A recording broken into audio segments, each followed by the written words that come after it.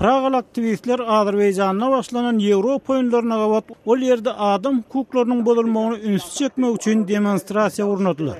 Olar raýat aktivistiniň polisiýa ofisiýerini ýeňip barýan bokslaşygyny, emma polisiýa goşmaça güýçleriň gelip ýetişişini sahnalaşdyrdylar.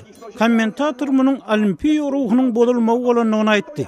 Azerbaycan bu oyunlardan öň gadaply basyp ýatyrmalarda giňden tanqid edildi. Bu ýurtda onlarca dissident we jurnalist şol sany Azatlyk radiosynyň hyzmatdaşy Hatice Ismailowa tutsawlykda saklanýar.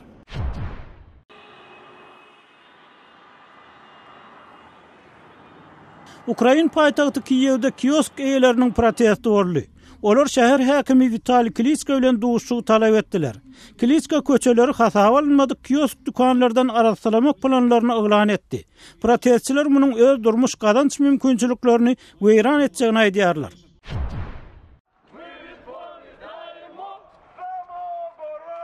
Ukrainanyň Odessa şäheriniň aktivistler şäheriň esasy administrativ binasynyň ýyşigine toplandylar.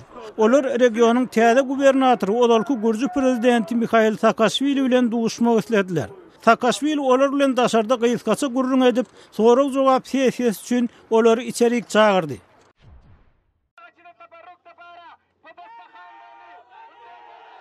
Pakistan'da Peşawarda protestçiler Hindi baýdagyny otladylar we anti-Hindi şygarlara gaýgyrdylar. Bu protestler Hindistanyň premier ministri Narendra Modi Pakistany Hindistanyny terror ýaratmakda aýplanan soňra geçirildi.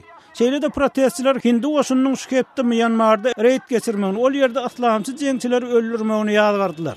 Siz täzelikler bilen tanyş boldunuz.